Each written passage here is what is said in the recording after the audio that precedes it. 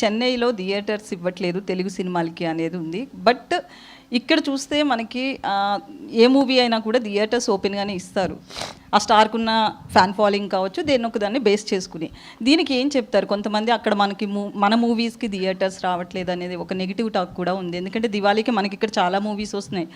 So దాని గురించి అలా ఏమి ఉండదండి. ఇప్పుడు Diwali is the biggest festival in Tamil Nadu. Okay, అక్కడ కంపారిటివ్గా మనకన్నా థియేటర్స్ నెంబర్ తక్కువ. థియేటర్స్ మనకి 1800 ఎంత ఉన్నాయి, అక్కడ ఉన్న 600 700 ఇఫ్ ఐఎమ్ రైట్, లేకపోతే మ్యాక్సిమం 800 ఉంది. సో ఇప్పుడు ఒకటేనండి, ఇప్పుడు సినిమాలన్నీ రిలీజ్ అవుతాయి. ఒకటేమో X number of theatres, Y Z అలా క్యారీ చేస్తున్నాయి అన్ని సినిమాలు. ఫస్ట్ డే టాక్ని బట్టి అవి అడ్జస్ట్ అయిపోతూ ఉంటాయి.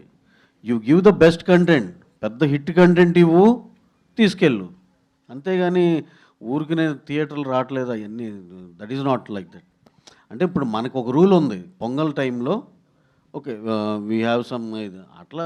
ఇప్పుడు ఇదంతా అందరికి ఓపెనే కదా, that is not like that. ఎవరిని అలా ఆ విధంగా బ్లేమ్ చేయొద్దు. ఇప్పుడు నిజంగానే మన పొంగల్ టైంలో దానికి ఒక డిబేట్ ఉంది, అవన్నీ దట్ ఈస్ డిఫరెంట్ స్టోరీ. ఇప్పుడు అక్కడ Diwali is the biggest festival. And again మరి మీరు దేని ఉద్దేశించి అంటున్నారు నాకు తెలియదు, కానీ నేను జనరలైజ్ చేసి చెప్తున్నా అది.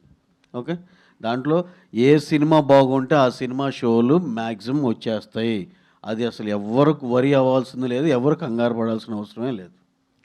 ఈ సినిమా గురించి కూడా చెప్పాలి కాబట్టి నేను చెప్తున్నా. ఇప్పుడు ఎక్స్ట్రాడినరీ సినిమా అండి, బ్రహ్మాండంగా ఉంది, బ్లాక్ బస్టర్ సినిమా. దాన్ని మించి ఇంకోటి రానివ్వండి, వీఆర్ వెల్కమింగ్, అలా రావాలని కోరుకుంటున్నాం. మా దాంట్లోంచి కూడా కొన్ని షోలు ఇస్తాం, దాంట్లో అయితే ఇబ్బంది ఏం లేదు. మేము ఎన్ని షోలు వేసుకున్నాం సరే, నిజంగా దాన్ని దాటి ఎక్స్ట్రాడినరీ కంటెంట్ ఏమైనా ఉంటే కనుక నేను సభాముఖంగానే చెప్తున్నా, అదే మన అందరు జర్నలిస్టుల ముందులే, మా దాంట్లోంచి కూడా కొన్ని షోలు ఇస్తాం. That won't be a problem అండి అసలు.